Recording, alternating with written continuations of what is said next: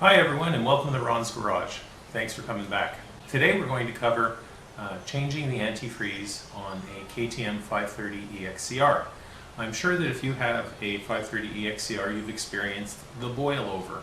The EXCR has a thermostat, and the main reason for the thermostat is to bring the engine temperature up quickly at startup.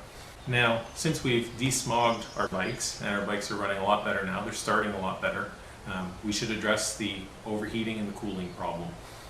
The way I chose to do that was I bought a set of hoses, silicone hoses, from a company called Samco Sport, and I ordered these ones from England. They took me almost a month to get. That's why it's been a while since I've had a video. And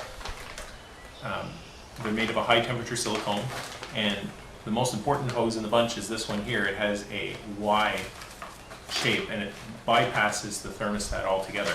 So with that, you're not going to have any restriction in the water flow in your bike or coolant flow.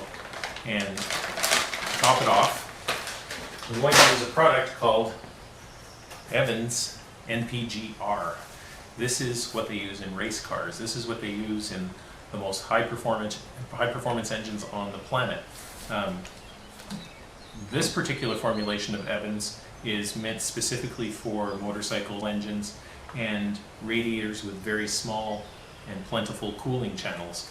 So it's a slightly lighter viscosity than the rest of them. It's a little bit thinner. It runs through the engine better. It's a little easier on the pump on a motorcycle because it's not a very big pump. So Evans NPGR is the stuff to use. It boils at 400 degrees. It freezes at -10.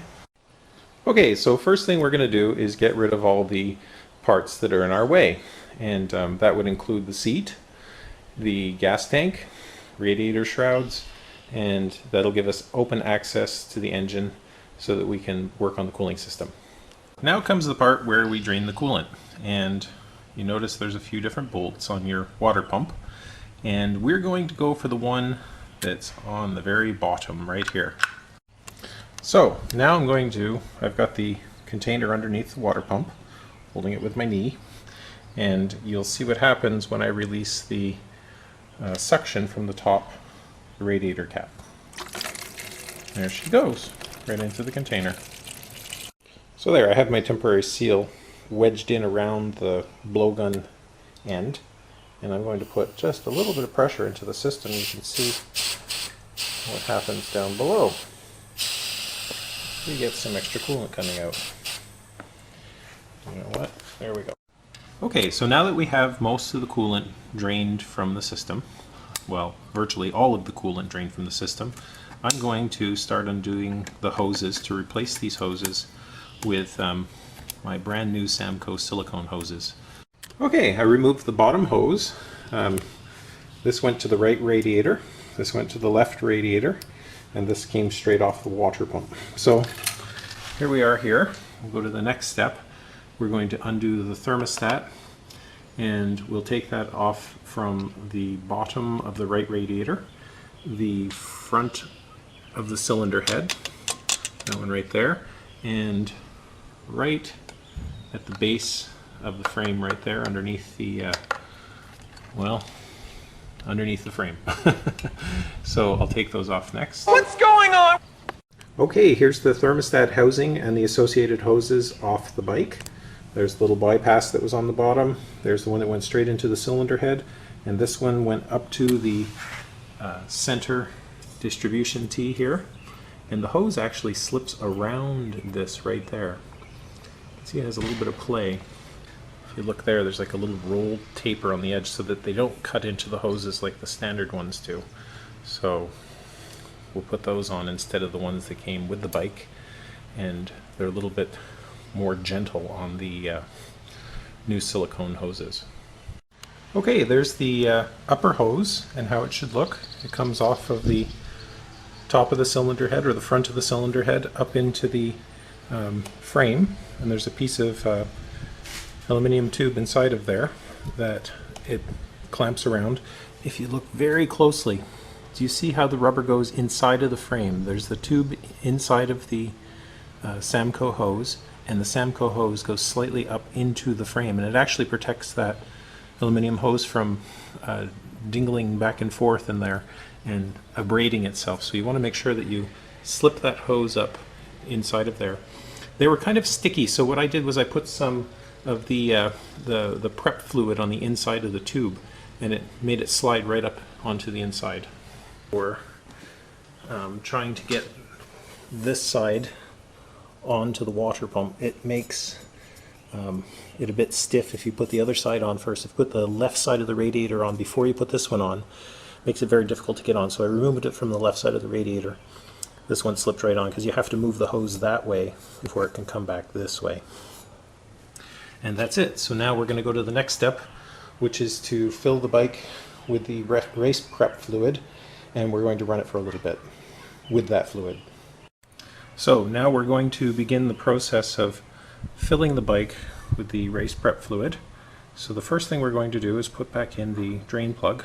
Notice there's a small copper washer on it.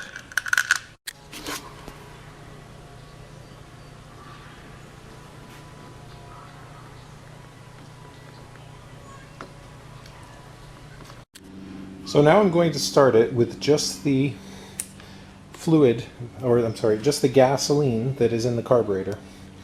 And I'm going to make the race prep fluid circulate so it grabs any of the leftover Prestone and water mixture. So here we are, I've run the bike, and now I'm going to drain the prep fluid. Okay, so I've drained the prep fluid now, and once again I'm going to do the air pressure trick where I put the blowgun in the top of the radiator and push the fluid backwards out of the system as much as possible. This stuff you can have residue in the system with this stuff because it's intended to blend with the NPGR, so we're okay. But we'll try and get out as much as possible so we get the maximum benefit of the NPGR. Seeing as the system only carries 0.97 of a liter or 1 US quart.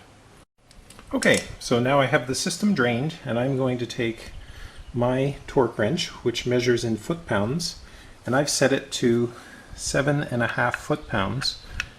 The manual calls for 7.38 pounds, but my torque wrench doesn't measure that accurately. So we will go with the 7.5, should be fine. Okay, so I'd like to go over the whole job. We have our new hoses installed, our upper and our lower. Very nice looking. I like the Samco product. The hoses are definitely a good product, very solid, lots of protection. I'll show you a piece I cut off. Inside is blue silicone, and then there's some cording woven in, or molded in I should say, into the body of the hose itself, and it looks like it's been wrapped many times, many different layers. So this is what KTM uses on their bikes along with the Evans waterless coolant. So right now the bike is full of Evans and it's just awaiting being put back together. I have my stop, don't put water in the system sticker on there, and we're ready to go. So let me show you the parts that came off of the bike and what we put in. And also I'm going to include part numbers for things because I get quite a lot of emails for part numbers of stuff that I put on. So I'll do that in the next little frame here. The kit consisted I'll read it in case you can't see it clearly, TCSKTM23 orange. Also I use the hose clamps that are available from Samco. And then here we are with the most important stuff, the Evans fluids. We have the prep fluid and the NPGR. I can't say enough good things about this stuff. This is the best coolant on the market.